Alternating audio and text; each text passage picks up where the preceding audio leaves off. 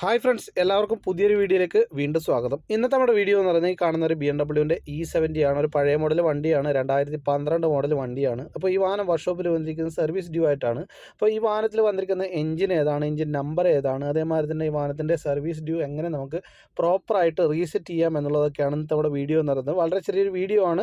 നിങ്ങൾക്ക് ഈ വീഡിയോ നിങ്ങൾക്ക് തീർച്ചയായിട്ടും ഉപകാരപ്പെടുന്ന എനിക്ക് വിശ്വാസമുണ്ട്. അപ്പോൾ ഈ വാഹനത്തിൽ നമ്മൾ ചെക്ക് ചെയ്യുന്ന സമയത്ത് ഇൻസ്പെക്ഷൻ ഡ്യൂ ആയിട്ടുണ്ട്, അതേമാതിരി തന്നെ സർവീസ് ഡ്യൂ ആയിട്ടുണ്ട്. സർവീസ് നിങ്ങൾക്ക് കാണാം 4400 കിലോമീറ്റർ ഉണ്ടെങ്കിലും സർവീസ് വളരെ കുറച്ച് ദിവസം മാത്രമേ ഉള്ളൂ, ദിവസം ഡ്യൂ ആയിട്ടുണ്ട്. അപ്പോൾ ഈ വാഹനത്തിൽ വന്നിരിക്കുന്ന എഞ്ചിൻ എന്ന് പറയുന്നത് ഒരു ഇൻലൈൻ 6 സിലിണ്ടർ എഞ്ചിനാണ്. ഈ കാണുന്ന എഞ്ചിൻ എന്ന് പറയുന്നത് ഒരു ഡീസൽ എഞ്ചിനാണ്. ഡീസൽ വണ്ടിയാണെങ്കിലും പെട്രോൾ വണ്ടിയാണെങ്കിലും ഒരു സിമ്പിൾ ട്രിക്കിലൂടെ നിങ്ങൾക്ക് ഇത് എത്ര സിലിണ്ടർ വണ്ടിയാണെന്ന് മനസ്സിലാക്കാൻ സാധിക്കുന്നതാണ്. ഈ ഒരു മാർക്ക് കണ്ടല്ലോ, ഈ ഒരു മാർക്ക് 6 ആണെങ്കിൽ 6 സിലിണ്ടർ വണ്ടിയാണ്, അതേമാതിരി തന്നെ 4 ആണെങ്കിൽ 4 സിലിണ്ടർ വണ്ടിയാണ്. അപ്പോൾ ഈ ഒരു വാഹനത്തിൽ നമ്മൾ സർവീസും കാര്യങ്ങളും ചെയ്യുന്നുണ്ട്. അപ്പോൾ സർവീസിന് വേണ്ടിയിട്ട് നമുക്ക് ഇതിൻ്റെ ഫിൽറ്ററും കാര്യങ്ങളൊക്കെ എല്ലാം മുകളിലാണ് വരുന്നത്. ആ ഫിൽറ്ററിൻ്റെ മുകളിൽ തന്നെ എത്ര ടോർക്കാണ് വേണ്ടത് എന്നുള്ളത് കൃത്യമായിട്ട് തന്നെ അതിൽ മെൻഷൻ ചെയ്തിട്ടുണ്ട്. ഈ വാഹനത്തിൻ്റെ ഓയിൽ നിങ്ങൾക്ക് മെഷർമെൻറ്റ് ചെയ്യണമെങ്കിൽ നിങ്ങൾക്ക് ഡിപ്സ്റ്റിക്കും കാര്യങ്ങളും കൊടുത്തിട്ടുണ്ട്. ഇനി നിങ്ങൾക്ക് ഈ വാഹനത്തിൻ്റെ അകത്തുനിന്ന് നിങ്ങൾക്ക് മെഷർമെൻറ്റ് ചെയ്യണമെങ്കിൽ നിങ്ങൾക്ക് അങ്ങനെയും ചെയ്യാൻ സാധിക്കുന്നതാണ്. ഇനി അതേമാതിരി തന്നെ ഈ വാഹനത്തിൻ്റെ ഓയിലിൻ്റെ കപ്പാസിറ്റി എന്ന് പറയുന്നത് കമ്പനി പറയുന്നത് 7 ലിറ്ററാണ്. എന്നാൽ നിങ്ങൾ കൃത്യമായിട്ടൊരു 6 ഒഴിച്ചതിന് ശേഷം മെഷർമെൻറ്റ് ചെയ്തിട്ട് മാത്രം ഫില്ല് ചെയ്യുക. അപ്പോൾ ഇതിൻ്റെ ഓയിൽ ഫിൽറ്ററിൻ്റെ പാർട്ട് നമ്പറാണ് നിങ്ങൾ ഈ കാണുന്നത്. നമ്മൾ ഈ വാഹനത്തിൽ 6.5 ലിറ്റർ ഒഴിച്ചതിന് ശേഷമാണ് നമ്മൾ മെഷർമെൻറ്റ് ചെയ്തിരിക്കുന്നത്. ഇനി ഈ വാഹനത്തിലെ വെഹിക്കിൾ ഇൻസ്പെക്ഷൻ നമുക്ക് റീസെറ്റ് ചെയ്യുന്നത്, ഈ വാഹനത്തിൻ്റെ വെഹിക്കിൾ ഇൻസ്പെക്ഷൻ എന്ന് പറയുന്നത് അവിടെ തന്നെ പോയതിനു ശേഷം അവിടെ നമുക്ക് iDrive ഉപയോഗിച്ച് നമുക്കിവിടെ റീസെറ്റ് ചെയ്യാം. എത്ര വർഷമാണ് നമുക്ക് റീസെറ്റ് ചെയ്യേണ്ടതെന്ന് നമുക്ക് സിമ്പിളായിട്ട് നമുക്കിവിടെ റീസെറ്റ് ചെയ്യാം. ഇതേമാതിരി നമുക്ക് ചേഞ്ച് ചെയ്യാം. ഇനി ഈ വാഹനത്തിൻ്റെ ഓയിൽ സർവീസ് നമുക്ക് റീസെറ്റ് ചെയ്യണമെങ്കിൽ നമുക്ക് ഇൻസ്ട്രുമെൻറ്റ് ക്ലസ്റ്ററിലാണ് നമുക്ക് ഇതിൻ്റെ ഓയിൽ സർവീസ് നമുക്ക് റീസെറ്റ് ചെയ്യാൻ സാധിക്കുന്നത്. ഇതിപ്പോൾ കണ്ടല്ലോ, ഇവിടെയുള്ള ഈ ഒരു സ്വിച്ച് പ്രസ് ചെയ്ത് ഹോൾഡ് ചെയ്ത് പിടിക്കുക. അപ്പോൾ ഹോൾഡ് ചെയ്ത് പിടിച്ചതിന് ശേഷം നിങ്ങൾക്ക് ആദ്യം ഇങ്ങനൊരു ഓപ്ഷൻ കാണാം. ഇനി വിട്ടുക, വീണ്ടും ഒന്നും കൂടി പ്രസ് ചെയ്ത് ഹോൾഡ് പിടിക്കുക, വീണ്ടും ഒന്നും കൂടി പ്രസ് ചെയ്ത് ഹോൾഡ് ചെയ്ത് പിടിക്കുക. അപ്പോൾ ഇത് റീസെറ്റായി.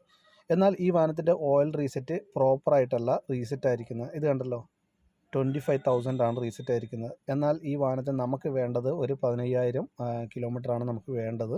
അപ്പോൾ നമുക്ക് സ്കാനർ ഉപയോഗിച്ചിട്ട് മാത്രമേ നമുക്കത് ഫോർകാസ്റ്റ് ചെയ്യാൻ സാധിക്കുള്ളൂ. അപ്പോൾ ചില സമയത്ത് നമുക്ക് ഫോർകാസ്റ്റ് ചെയ്ത് കഴിഞ്ഞ് ഇതേമാതിരി തന്നെ 30,000 കാണാം.